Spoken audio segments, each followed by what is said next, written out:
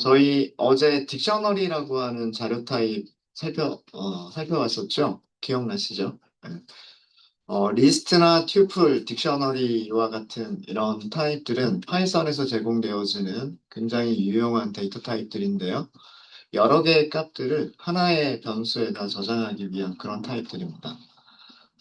리스트와 튜플은 인덱스를 기반으로 해서 값들만 저장하는 그런 타입이고요.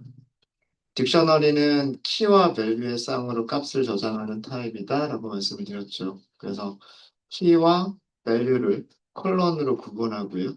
키와 밸류가 하나의 아이템이 되고 아이템과 아이템은 흉표로 구분해서 중괄호 안에 나열을 해주시면 그게 딕셔너리가 된다. 뭐 이런 얘기를 했었었고요. 뭐 딕셔너리에서 반복문 사용하실 때 주의하실 점이 for in 다음에 딕셔너리를 쓰게 되면은 이때 그 이터레이션 하는 거는 무엇을 이터레이션 하게 되냐면 딕셔너리가 가지고 있는 키들만 이터레이션을 하게 됩니다. 이렇게. 그래서 만약에 그 딕셔너리가 가지고 있는 키와 그 다음에 밸류를 같이 함께 이터레이션을 하기 위해서는 딕셔너리에서 items라고 하는 함수를 호출을 해주시면 돼요. for in 구문에서. 그래서 student.items 이런 식으로 하게 되면 반복할 때마다 이 items가 두 개의 값을 주게 돼요. 첫 번째 값은 키고요. 두 번째 값은 밸류예요. 그래서 딕셔너리가 가지고 있는 키와 밸류를 이용해서 우리가 어, 반복할 그런 코드들을 작성하실 수가 있으십니다. 뭐, 그 이외에 뭐 몇 가지 메서드들도 알려드렸었고요. 그 다음에 딕셔너리 컴프레hension은 어떤 식으로 한다라고 하는 것도 말씀을 드렸었죠. 뭐 예를 들어서 두 개의 리스트가 있어요. 두 개의 리스트가 있는데 하나의 리스트는 어, 직원의 아이디들을 저장하고 있고 또 다른 리스트는 그 직원의 이름들을 저장하고 있는 리스트예요. 요 두 개의 리스트를 합쳐가지고 하나의 딕셔너리를 만들고 싶은 거죠. 예, 그럴 때 어, 딕셔너리 컴프레hension 같은 경우에는요. 키와 밸류로 사용할 변수 이름, 음, 딕셔너리를 의미하는 중괄호 안에 키를 키 값에 해당하는 변수 이름, 콜론, 그 다음에 밸류에 해당하는 변수 이름. 이렇게 써주시고, 그러면 이 키와 밸류가 어디에서 반복돼서 어디에서 나오는 것인가라고 하는 거를 꼭 in 구문으로 써주시면 돼요. 두 개의 리스트를 집으로 묶었을 때, 그러니까 즉 같은 인덱스에 있는 원소들끼리 묶어서 키와 밸류를 만들겠다. 이런 뜻이 되는 거죠. 밑에 있는 딕셔너리 컴프레hension 같은 경우에 보시면 위쪽에 그 문자열들을 저장하고 있는 리스트가 있고요. 그 문자열에서 값들을 하나씩 꺼내면서 문자열을 키로 하고 그 문자열의 문자 개수, 문자열의 길이를 value로 하는 딕셔너리를 만들겠다라고 하는 딕셔너리 컴프레hension이었었죠. 그래서 이런 식으로 저희가 딕셔너리 컴프레hension을 딕셔너리, 딕트라고 하는 데이터 타입들을 다뤘었었고요. 그 다음에 저희가 어제 두 번째로 다뤘었던 게 오류 처리라고 하는 에러 처리 또는 exception, 예외 처리라고 하는 거를 공부를 했었죠. 예외 처리의 대상은 문법적인 오류가 아닙니다. 문법적인 오류는 우리가 문법에 맞게 코드를 수정해서 정상적으로 코드가 실행될 수 있게끔 수정을 해주셔야 되는 부분이고요. 예외 처리라고 하는 부분은 똑같은 코드가 똑같은 코드가 어떤 경우에는 정상적으로 수행이 되는데 또 다른 경우에는 오류가 발생할 수도 있는 그런 가능성이 있는 코드들을 try 구문으로 어, try 구문을 사용을 해서 예외적인 상황에서 우리가 어떤 처리를 해줌으로써 이렇게 그 에러가 발생한다라고 하는 메시지를 보여주지 않는 그런 것을 예외 처리라고 얘기를 합니다. 문법적인 오류를 그 수정하는 게 아니다. 요거 그거 잘 알아두시고요. 그래서 try 구문의 전체 그 구조는요. try, except, else, finally이고요. 이때 생략하시면 안 되는 게 try와 except는 생략하시면 안 된다라고 말씀을 드렸고요. else와 finally는 없어도 되는 부분입니다. try는 시도하다는 뜻이고요. try 블록 안에 사용하는 거는 예외가 발생할 수도 있고 발생하지 않을 수도 있는 그런 코드들.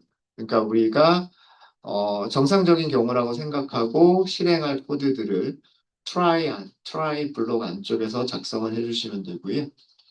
except에서는 이런 코드들을 실행하는 도중에 발생할 수 있는 에러 종류를 써주고 그런 에러가 발생했을 때 어떻게 처리를 할 것인가 라고 하는 거를 그 작성을 해주는 부분이 except입니다.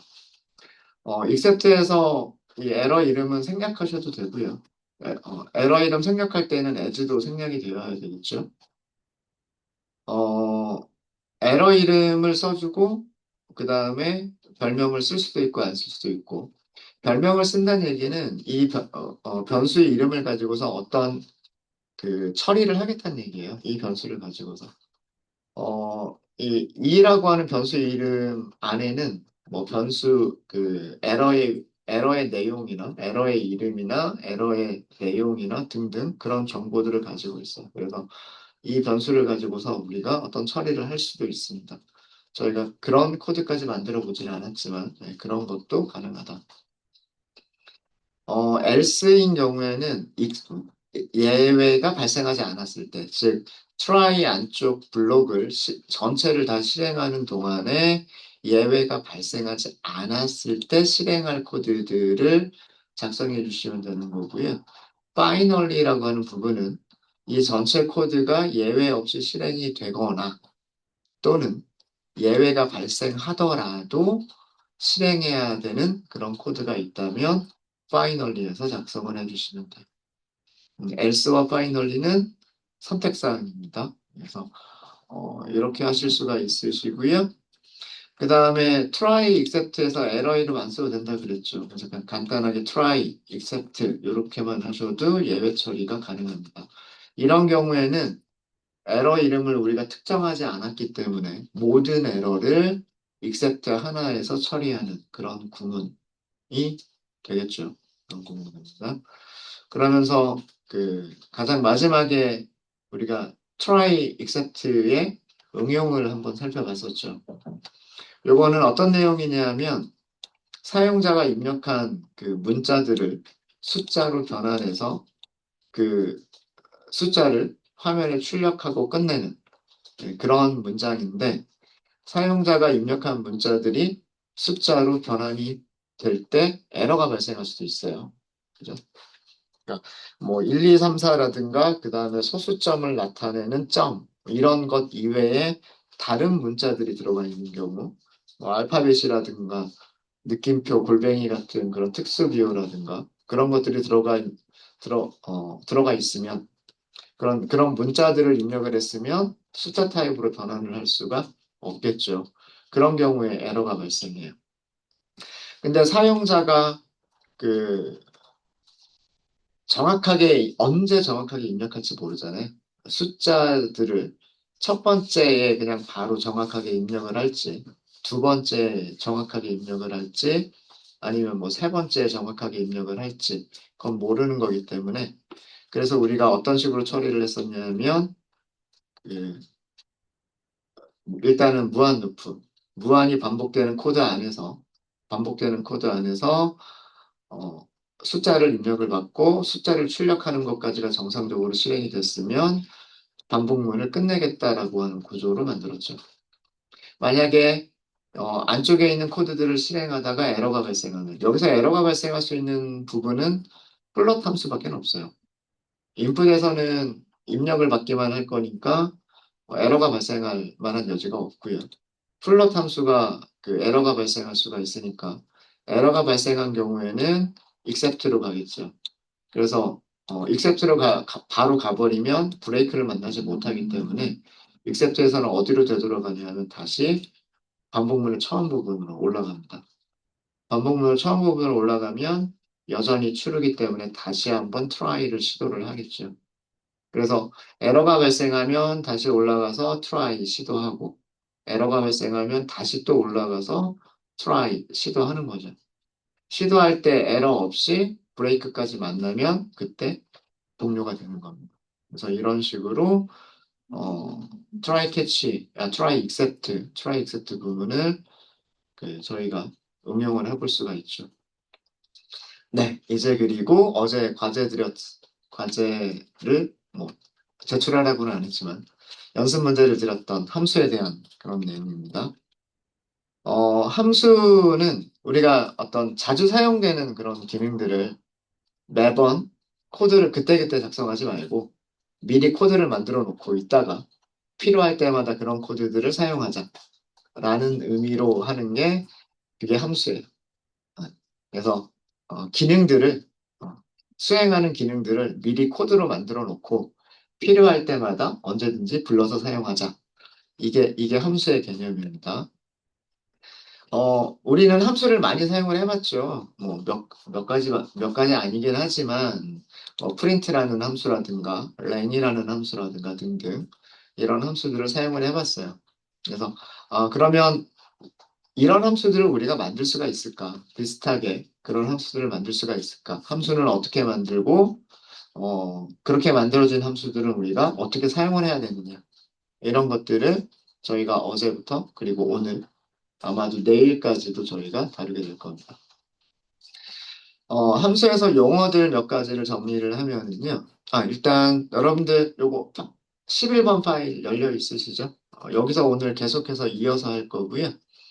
11번 파일 여셔가지고요. 그 다음 여기 모두 실행을 한번 해주세요.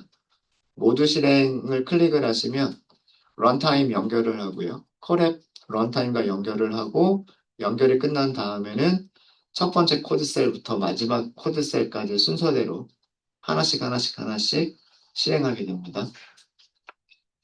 그래서 뭐 첫 번째 셀 실행이 됐고 두 번째 셀 실행이 됐고 이렇게 되죠.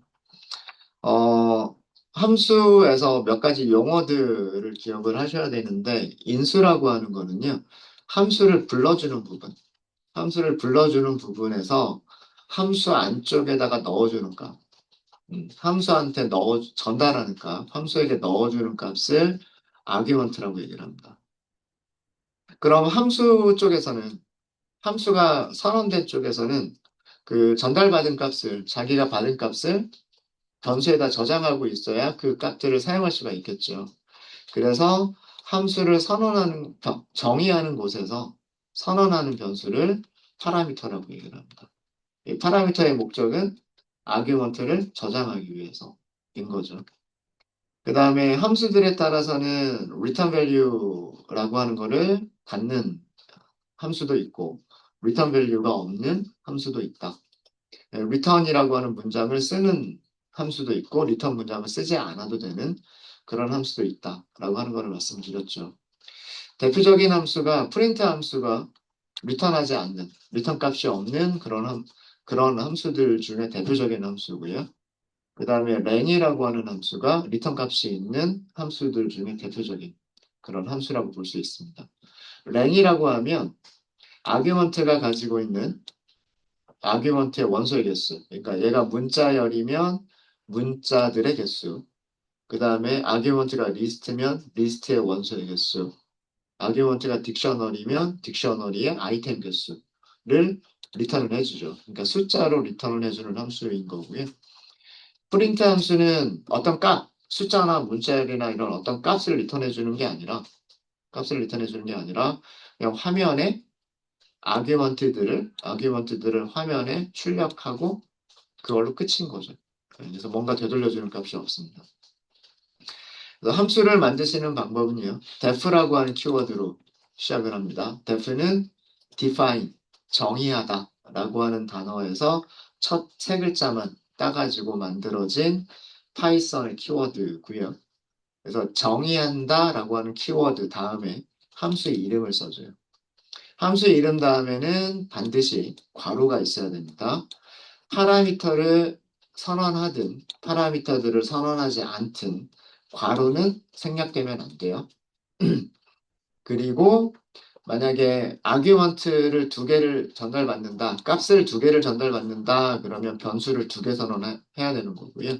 이렇게 함수 이름 옆에서 선언하는 변수를 파라미터라고 부르는 거예요. 이거를 파라미터라고 부르는 거예요. 변수를 파라미터라고 부르는 거예요. 이 변수, 그리고 컬러를 써주시고요. 컬러를 써주시고, 그 다음에 주석을 만들어 줄 수가 있고요. 이때 블럭 주석 형태로 주석을 만들게 되는데, 이때 주석은 어떻게 시작하냐면, 따옴표 3개. 그리고 따옴표 3개로 끝나면 이게 주석이 끝나는 부분입니다. 끝나는, 그 안에서는 얼마든지 줄바꿈을 하면서, 사용할 수가 있고요. 이런 주석을 문서 주석이라고 얘기합니다. 문서 주석. 그러니까 우리가 마치 어떤 API 사용 설명서, 함수 사용 설명서와 같은 역할을 하는 거기 때문에 문서 주석이라고 얘기를 하고요. 문서 주석 같은 경우에는 어, 그러니까 문법적으로 꼭 이렇게 작성해라라고 반드시 지켜야 되는 그런 거는 없지만 대부분의 경우 그 함수가 어떤 일을 하는지를 먼저 써주고, 그 다음에 이 파라미터에 전달되는 아규먼트들은 어떤 타입이고 어떤 값들이 와야 되는지를 설명을 해주고요.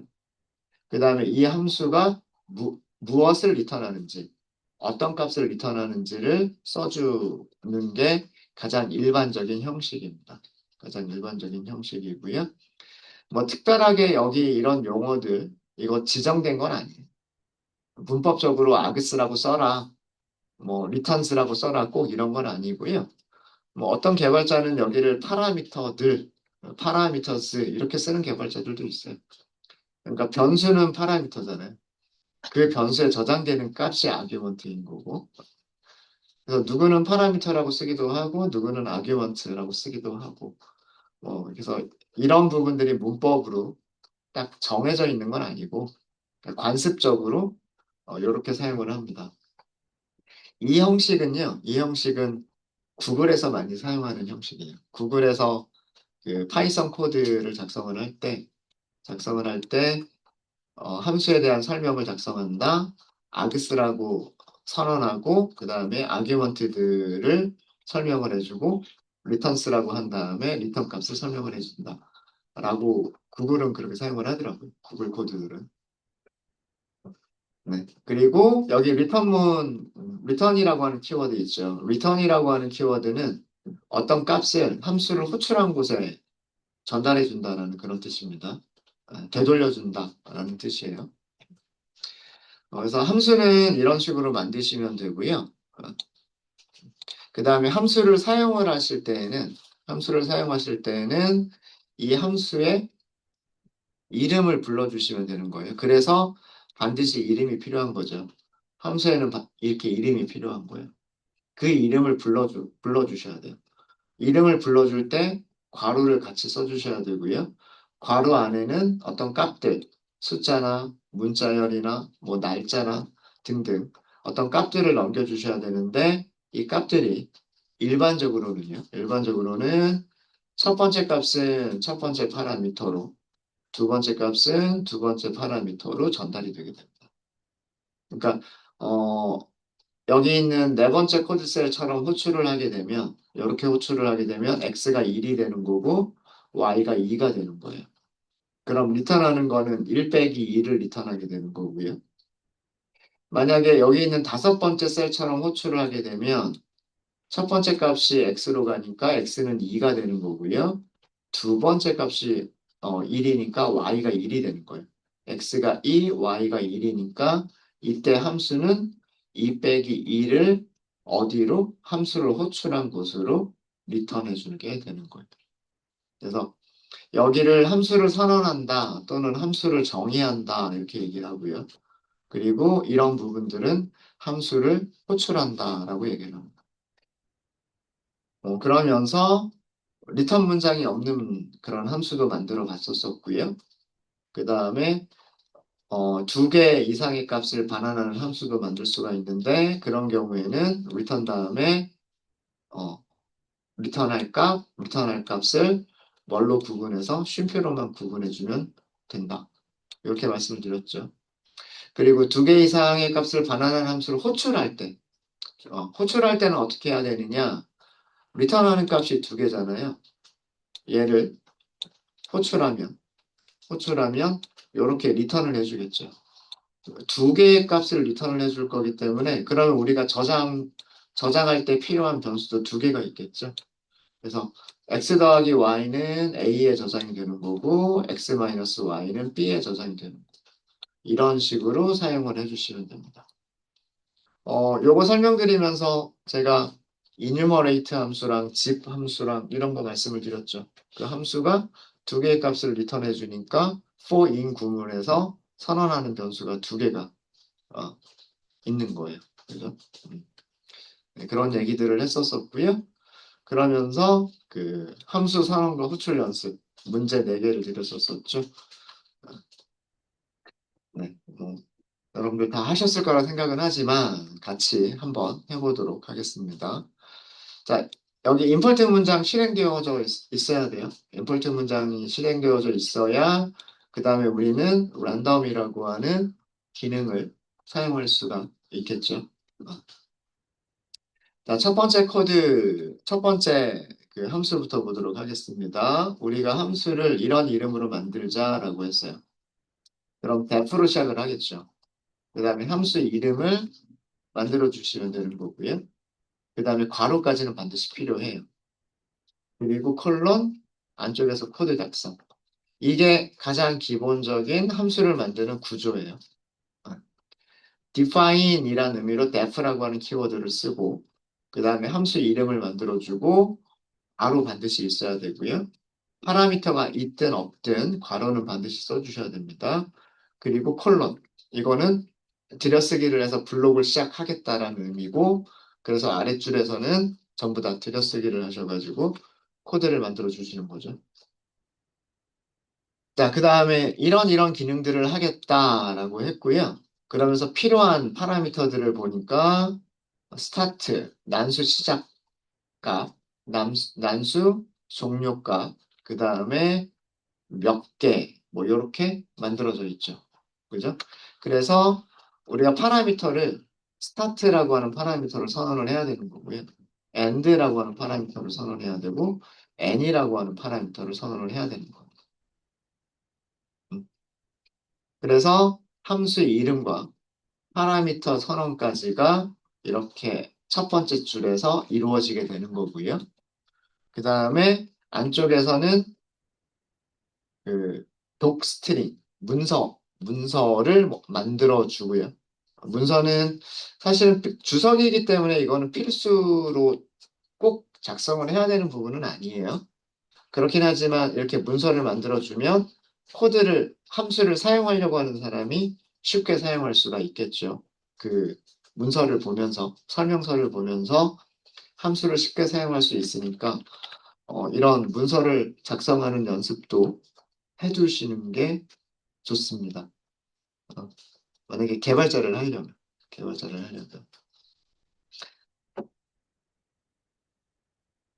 자, 여기는, 일단 설명을 해보면, 여기 스타트, 그리고 end는 포함하지 않는다 이렇게 했죠. 이런 범위에 그죠? 범위에 정수, 난수, 개를 갖는 아이템으로 갖는 리스트를 만들고 리턴한다. 뭐 이런 정도로 써주면 되겠죠. 여기 어, 기능이라고 쓴 부분을 뭐 거의 그대로 썼어요. 그러면 이 파라미터 스타트에는 어떤 값이 와야 되는지, 파라미터 end에는 어떤 값이 와야 되는지, 파라미터 n에는 어떤 값이 와야 되는지를 써줘야 되겠죠. 네, 그 부분이 아규먼트들을 설명하는 부분이에요. 아규먼트는 스타트라고 하는 아규먼트가 있을 거고요. 그 다음에 end라고 하는 아규먼트가 있을 거고, n이라고 하는 아규먼트가 있을 거겠죠. 이렇게 세 개가 있을 거잖아요. 음. 스타트는 위에서도 말씀을 드렸지만 얘는 int 타입이다라고 생각을 할 거고요. end도 우리는 int 타입이다라고 생각을 할 거고 n은 0 또는 양의 정수라고 그랬죠. 0이나 양의 정수를 저장할 수 있는 것도 int예요. int죠. 그래서 start의 데이터 타입은 int다. end의 데이터 타입은 int다. end도 int다. 이렇게 써주시면 되고 그 다음에 약간의 설명을 옆에다가 더 추가를 해주시면 될 것 같아요. 이거는 난수를 난수 시작 난수를 생성하기 위한 난수 난수를 생성하기 위한 시작 값 시작 범위 이렇게 할까요? 시작 범위. 그 다음에 end는 난수를 생성할 때 그 종료 범위 뭐 이런 식으로 쓸까요? 그리고 위쪽에서도 이렇게 설명을 하긴 했지만 대괄호는 포함한다는 뜻이고 end는 포함하지 않는다는 뜻이죠. 그래서 시작 범위의 값은 포함한다. 그 다음에 종료하는 범위의 값은 포함하지 않는다. 뭐 이런 정도로 써주시면 될 것 같고 어디서부터 어디까지란 뜻이잖아요. 스타트부터 엔드까지라는 뜻이기 때문에 엔드가 스타트보다 작으면 안 되겠죠. 그래서 여기에서 엔드는 스타트보다 큰 정수여야 된다. 뭐 이런 정도로 설명을 해주면 그죠? 정수 난수를 뭐 이렇게 그래서 스타트는 정수값 어떤 값이든 상관이 없는데 그럼 만약에 스타트가 0이면 엔드는 0보다 큰 정수로 해야 되고 스타트가 마이너스 10이면 엔드는 마이너스 10보다는 큰 정수로 만들어줘야 그 범위가 어, 유효한 범위가 되겠죠. 그죠? 그래서 뭐 이런 정도로 그 설명서를 만들어주면 이런 함수를 사용하는 사람이 이렇게 읽어보고, 아, 여기다 정수를 넣으면 되고, 여기다 정수를 넣으면 되는데, 더 큰 값 줘야 되는구나. 아, 그럼 더 큰 값 줘야지. 이렇게 생각하겠죠. 아주 모난 개발자 아니면, 이렇게까지 써져 있는데, 스타트보다 작은 값을 넣지는 않겠죠. 물론, 그렇게 넣어서 테스트를 해보는 사람도 있을 거예요. 어떻게 되나, 작은 값을 넣으면 어떻게 되나, 뭐 이런 거를 테스트해보는 사람도 있겠지만, 그런 개발자들도 있겠지만, 그렇지 않은 경우는 하라는 대로 하겠죠. 그렇지 않을까요? 그 다음에 n이라고 하는 거는 리스트가 몇 개를 아이템으로 가져야 되느냐인 거잖아요. 리스트가 몇 개를 가져야 되느냐이기 때문에 그 어, 리스트의 원소 개수 우리가 반환할 리스트의 아이템 개수를 의미를 하고 아이템 개수이기 때문에 개수는 음수가 될 수는 없잖아요. 그죠? 개수는 음수 없을 수도 있어요. 그죠? 비어있는 리스트가 돼도 상관은 없잖아요. 그죠? 그래서 음수만 아니면 되니까 0 또는 양의 정수를 주면 좋겠다. 이렇게 쓰는 거죠. 0 또는 양의 정수라고 하는 타입은 없잖아요. 인트라고 하는 타입은 있지만 0 또는 양의 정수라고 하는 타입은 없기 때문에 일단 타입은 인트라고 해놓고 여기에 넣어줄 수 있는 값은 0 또는 양의 정수만 넣어주면 좋겠다. 이런 정도로 설명을 다 넣어주면 좋을 것 같아요. 그 다음에 무엇을 리턴하느냐를 써주시면 돼요. 마찬가지로 여기서는 그 정수, 난수, n개를 갖고 있는 정수, 난수, n개를 갖는 리스트를 리턴한다. 뭐 이런 정도로만 써주면 되겠죠.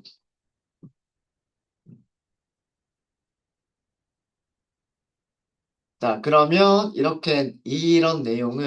이런 내용을 코드로 만들어 보도록 하겠습니다. 두 가지 방식이 가능할 것 같은데, 일단은 우리가 비어있는 리스트를 먼저 만들고요. 비어있는 리스트를 만든 다음에 반복을 하면 되겠죠. 몇 번 반복하면 돼요? n개의 정수를 만들어야 되니까 n번 반복을 하면 되겠죠. 그리고 반복할 때마다 우리는 무엇을 하시면 되냐면 넘버스에다가 어펜드를 하시면 되겠죠. 저 난수를 어펜드 하면 되는 거기 때문에 random.rand range start end 이렇게 쓰시면 되겠죠. 그래서 만약에 n이 5이면 어펜드가 5번 이루어지는 거고요. 난수를 만들어서 어펜드 하는 거를 5번 하는 거고요. n이 1이면 난수를 만들어서 어펜드 하는 게 한 번만 일어나는 거고요. n이 0이면 레인지가 0보다 큰데 0보다 작은 수는 없잖아요. 그죠? 0보다 크거나 같은데 0보다 작은 숫자는 없기 때문에 반복문이 일어나지 않겠죠. 그러면 그냥 비어있는 리스트가 될 겁니다.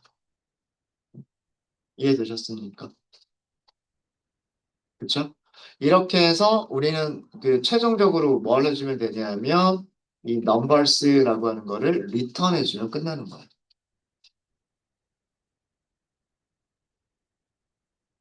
그러니까 어, 함수를 작성할 때는 함수를 작성을 할 때에는 여기에 값들이 온다라고 생각하고 작성을 해주시면 돼요. 뭐 예를 들어서 1부터 10보다 작은 5개의 난수로 이루어진 리스트를 만들어 주세요. 뭐 이런 식으로 이해되셨습니까? 이런 식으로 숫자가 온다 치고 그죠? 아규먼트들이 우리가 설명한 대로 아규먼트들이 전달된다고 치고 코드를 만들어 주시면 돼요. 그럼 여기는 5번 반복하면서 1보다는 크고 10보다는 1보다는 크거나 같고 10보다는 작은 난수를 만들어서 어펜드를 하겠죠. 그렇지 않을까요? 그죠? 자, 이렇게 하실 수도 있으실 것 같고요. 요 세 줄, 비어있는 리스트를 만든다, 몇 번 반복하면서 어펜드 한다라고 하는 이 부분은 간단하게 리스트 컴프레hension으로 쓸 수도 있죠. 리스트 컴프레hension은 리스트 안에 어떤 값을 어펜드 할 거냐라고 하는 거를 먼저 써주시면 되고요. 스타트보다는 크거나 같고 end보다는 작은 정수들 이렇게 써주시면 되고요. 그리고 이런 거를 몇 번 반복할 거냐라고 하는 부분을 for, in, range 이렇게 써주시면 됩니다. 그래서 반복문 선언 부분이 이렇게 뒤쪽에 오시면 되고요. 어펜드 할 값들을 대괄호 안에 이렇게 써주시면 돼요. 이게 리스트 컴프레hension이죠. 이렇게 하셔도 똑같은, 그러니까 위쪽에 세 개를 한 줄로 간단하게 쓴 게 요거예요. 네. 이게 제가 원했던 함수 만들기예요.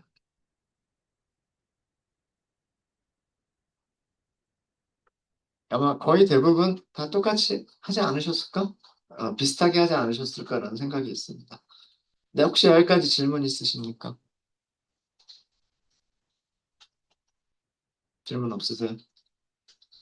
자, 그러면 함수를 이렇게 우리가 define, 선언하는 것만이, 정의하는 것만이 중요한 게 아니고요. 얘가 우리가 원하는 대로 결과를 줄 수 있는지를 확인해 보셔야 돼요.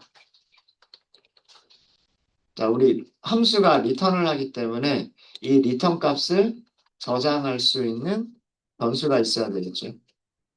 리턴 값을 저장할 수 있는 변수가 있어야 되고요. 어떻게 한다? 함수를 호출한다. 예. 호출할 때에는 스타트 반드시 여기 설명이 있잖아요. 지금 괄호 안에 이 순서대로 넘겨야 된다는 얘기예요. 지금 여기가 스타트가 파란색으로 돼 있죠. 그죠? 지금 스타트를 넣어야 된다라는 뜻이에요. 그럼 여기다가 0 이렇게 쓰죠. 그 다음에 쉼표 이렇게 하면 그 다음엔 end가 파란색으로 바뀌었죠. 그죠? end를 넣을 차례다라는 뜻이에요.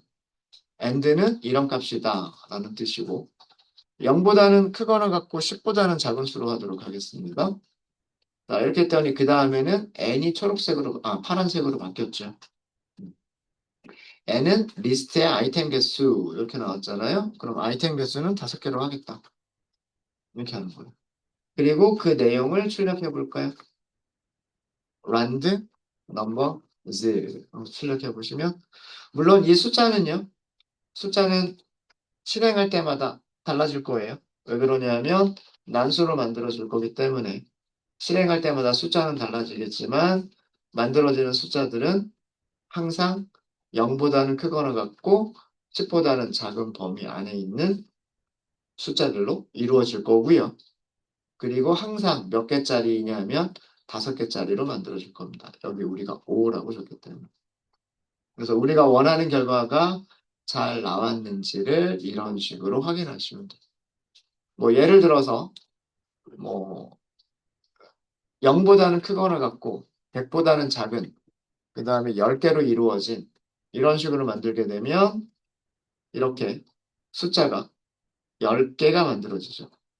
숫자가 10개가 만들어지고 그리고 그 숫자들의 범위는 0보다는 크거나 같고 100보다는 작은 숫자들로 만들어지죠. 맞습니까? 만약에 0과 1로만 만들겠다. 0과 1로만 만들겠다라고 하면 2를 넣으시면 되겠죠. 자, 이렇게 하면 숫자가 10개가 만들어질 거예요.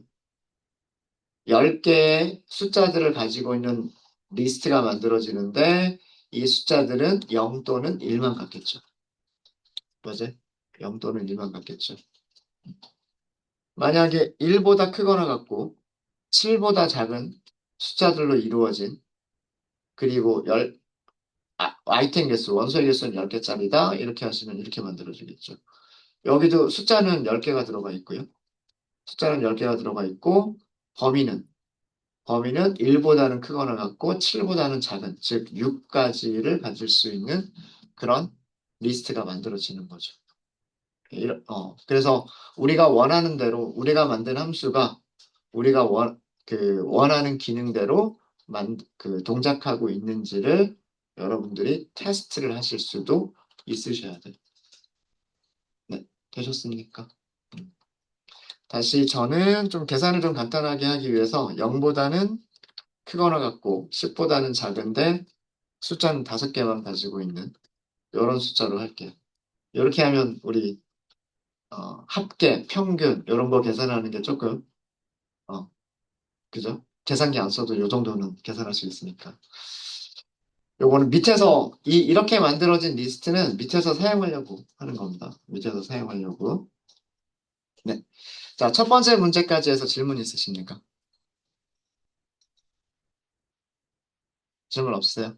네, 잘 되죠? 자, 그럼 두 번째 문제로 가도록 하겠습니다. 자, 두 번째 문제는 이것도 함수를 만들자고요. 그럼 def로 시작하시면 되겠죠.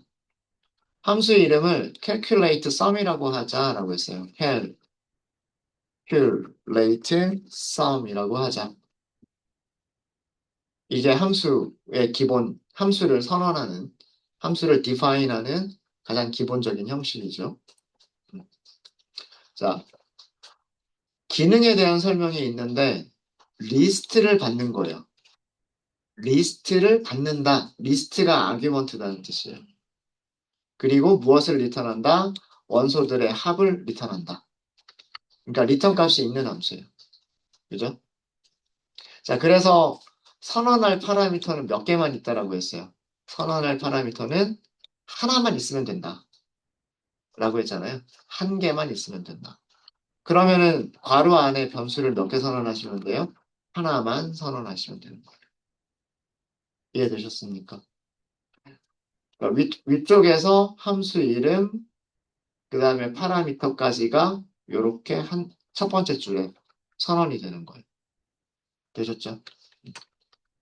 자, 이것도 문서 만드는 연습을 좀 해볼게요.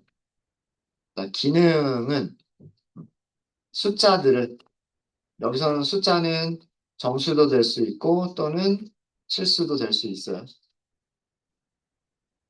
숫자들을 아이템으로 받는 리스트에서 그 모든 리스트에서 모든 아이, 원소들의 합을, 합을 계산하고 리턴한다.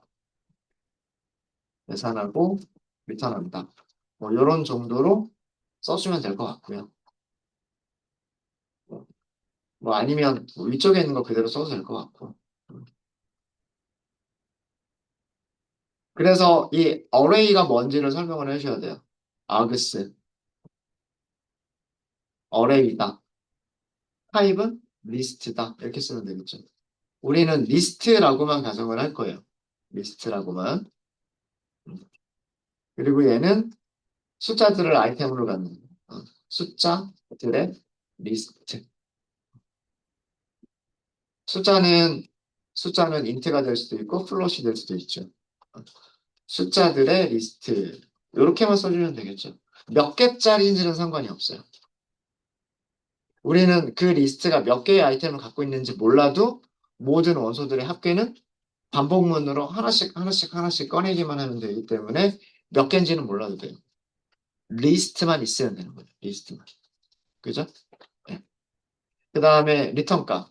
returns 이렇게 하고 returns라고 s를 붙이는 이유는 아그셋에서도 마찬가지인데 arguments라는 뜻이고요. 복수형으로 s를 붙여주는 이유는 아규먼트가 한 개 이상이 될 수가 있기 때문에 리턴 값도 마찬가지로 리턴 값이 한 개 이상이 될 수가 있기 때문에 returns 이렇게 쓰는 겁니다. 자, 여기서는 뭐냐면 array 안에 있는 array의 모든 원소들의 합을 리턴한다. 이렇게만 쓰면 되겠죠. 여기서 array는 요 파라미터 array를 의미하는 거예요. 파라미터에 전달된 그죠? 파라미터 array에 전달된 리스트의 모든 원소들의 합이다. 이런 의미로 사용을 한 거죠. 네, 요 정도로 하면 문서는 된 것 같고요. 자, 그럼 이거는요.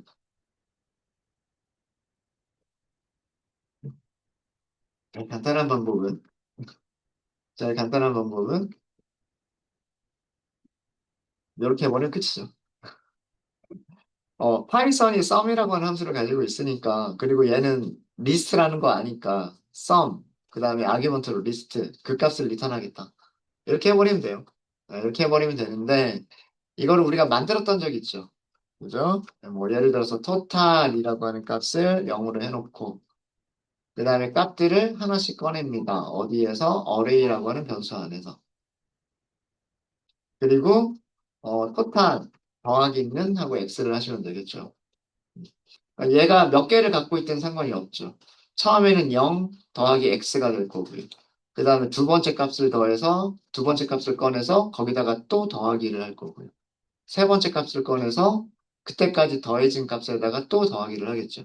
요거를 끝까지 반복을 하게 되면 그 토탈은 이 어레이가 가지고 있는 모든 원소들의 합이 되겠죠. 그래서 제일 마지막에 뭐만 해주시면 되냐면 토탈을 리턴만 하시면 되는 거예요. 네, 여기까지가 함수를 만드는 거. 함수를 선언하는 겁니다.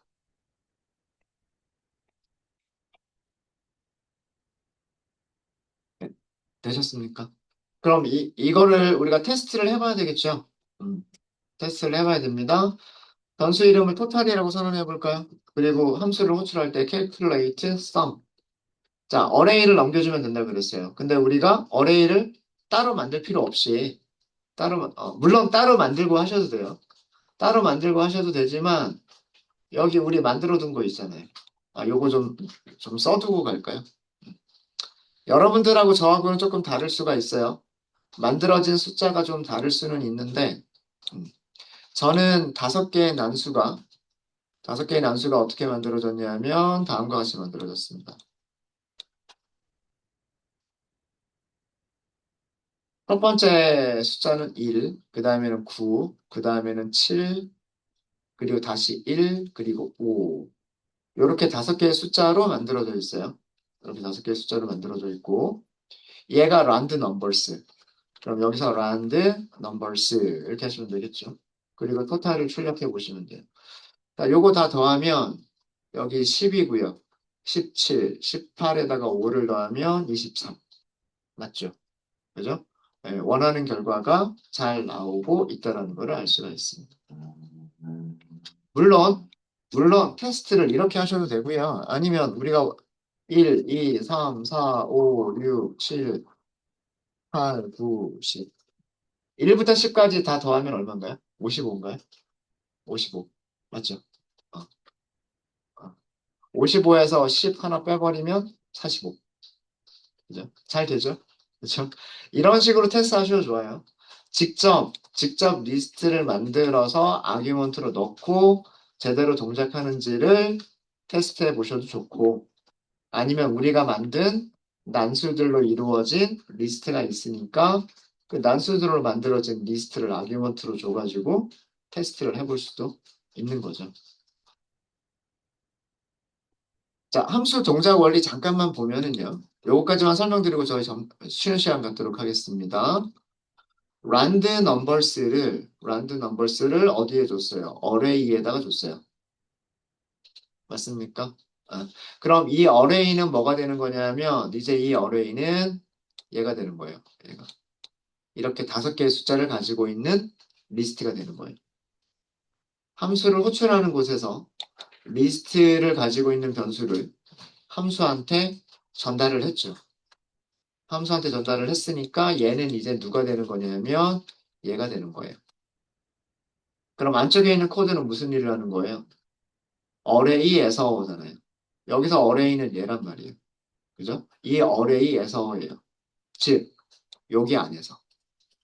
여기 안에서 첫 번째 값을 꺼내서 더하기 하고, 그 다음에는 두 번째 값을 꺼내서 더하기를 하고, 세 번째 값을 꺼내서 더하기를 하고, 이거를 끝까지 하는 거죠.